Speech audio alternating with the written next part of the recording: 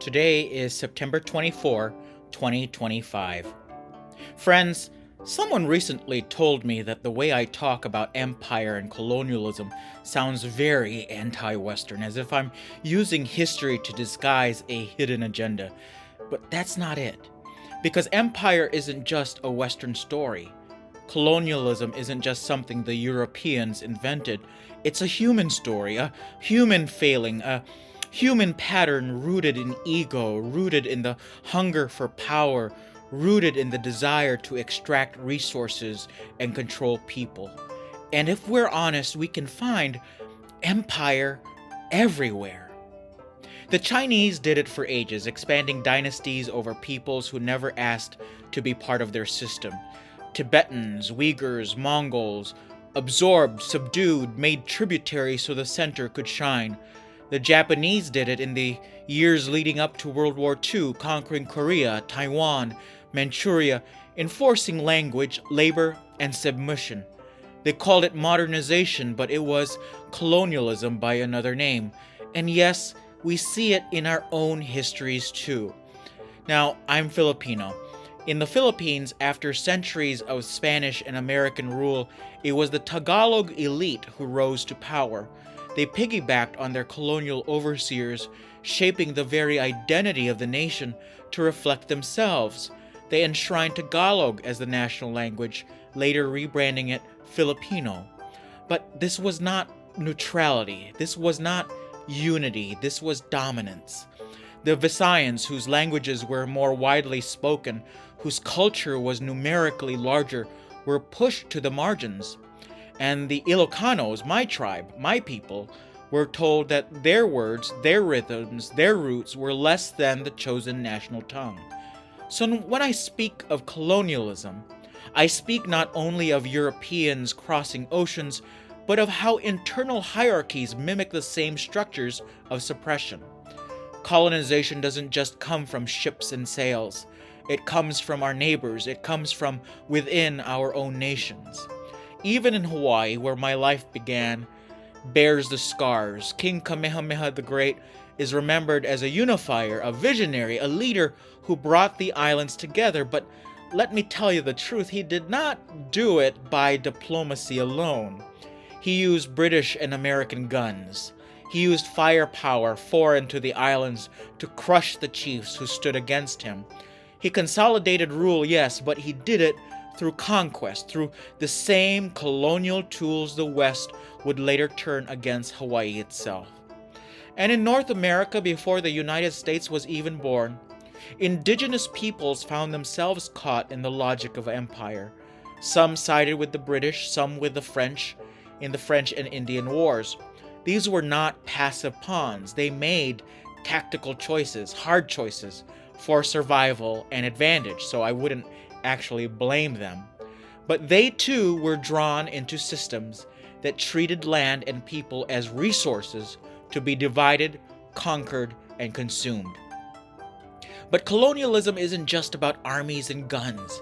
It isn't just about who controls the land. It's about who controls the imagination.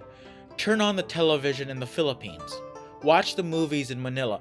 Who do you see on the screen again and again? It's the lighter-skinned actors, the mestizos and mestizas, the ones who carry the blood of Spain or America in their veins. They are the romantic leads. They are the glamour stars. They are the faces the nation is told to admire. And what of the darker-skinned, the Visayans with their deep brown heritage, the Ilocanos with their sturdy features? That's what I'll call it. They are cast as servants, as farmers, as comic relief. Colonialism lives on in who gets to be beautiful, who gets to be powerful, who gets to be loved on screen. Now, if you cross the ocean to Mexico and the pattern repeats. Telenovelas, movies, advertisements filled with light-skinned actors, European in appearance descended from colonizers. Meanwhile, the indigenous and Afro-Mexican communities, who make up so much of the nation's living heritage, are erased, caricatured, or sidelined. Do you see? Empire doesn't just redraw maps. It rewires the eye. It teaches whole nations to see whiteness as aspiration and darkness as deficiency. It tells people to love what looks European and to doubt what looks like themselves. And today, as we speak, the same forces tear apart in Cameroon. The lines of empire carved Africa into artificial states, splitting people and tongues. The French held one side and the British another. At independence, those wounds did not heal. Instead, a French-speaking minority consolidated power over an English-speaking majority. And now it's practically civil war. Civilians caught in the crossfire, villages burned, arms flooding into the conflict, what amounts to civil war, as I said, but rooted in the same old colonial story. One group grasping for power, suppressing the language, the culture, the very being of another. This is empire, repeating itself in a new mask. This is colonialism, not gone, but reborn in post-colonial states. Now, over and over again, across centuries and continents, the pattern repeats. A people amass a military or technological advantage. They use it to extract resources and labor. They enforce cultural or linguistic dominance.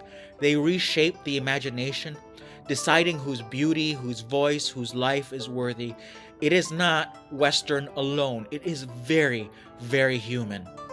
And so when I speak of empire and colonialism in these essays that I write and this podcast, I'm not speaking in coded language against the West. What I'm doing is I'm speaking against the arrogance of unchecked power wherever it exists. I am speaking against the systems that crush culture, erase language, and silence memory. When Tagalog was imposed on Ilocano children, it was colonialism. When Visayan voices were sidelined despite being the majority, it was colonialism. When Kamehameha fired British cannons on rival chiefs, it was colonialism. When indigenous nations were forced to fight wars not of their making, it was colonialism. When Japan renamed Korea's cities and forced children to bow to the emperor, that was colonialism. When China made whole peoples tributary, that was colonialism. When Filipinos and Mexicans learned through their screens to admire only the faces that looked European, that was colonialism. And when Cameroon bleeds because of French-speaking minority rules with arms over an English-speaking majority, that is colonialism. Colonialism is not purely Western. Colonialism is human, and that is why it is so dangerous. So, what do we do with this truth? We resist the temptation to see empire only in one shape or one color. We resist the easy story that lets us put blame out there and never in here. We tell the whole story, even when it implicates our own. Because if empire is a human failing, then resisting empire is a human calling. If suppression is a human temptation, then lifting up the silence must be our human vocation. And if colonialism is not Western but human, then decolonization is not Western but human too. That is the work, that is the witness, that is the truth. And beyond that, there is a vision of a world where every culture, every people, every tongue and tradition, every shade of skin, every rhythm of language is honored. A vision where diversity is not erased but celebrated, not silenced but sung. Some call that justice. Some call it reconciliation. Some call it the beloved community. Call it what you will, but it is the opposite of empire. It is the opposite of colonialism. It is the recognition that we belong to each other. It is the recognition that our survival depends not on domination, but on dignity. It is the recognition that the future will be written not by the conquerors, but by the communities that refuse to be conquered. That is the world we must fight for. That is the vision we must carry.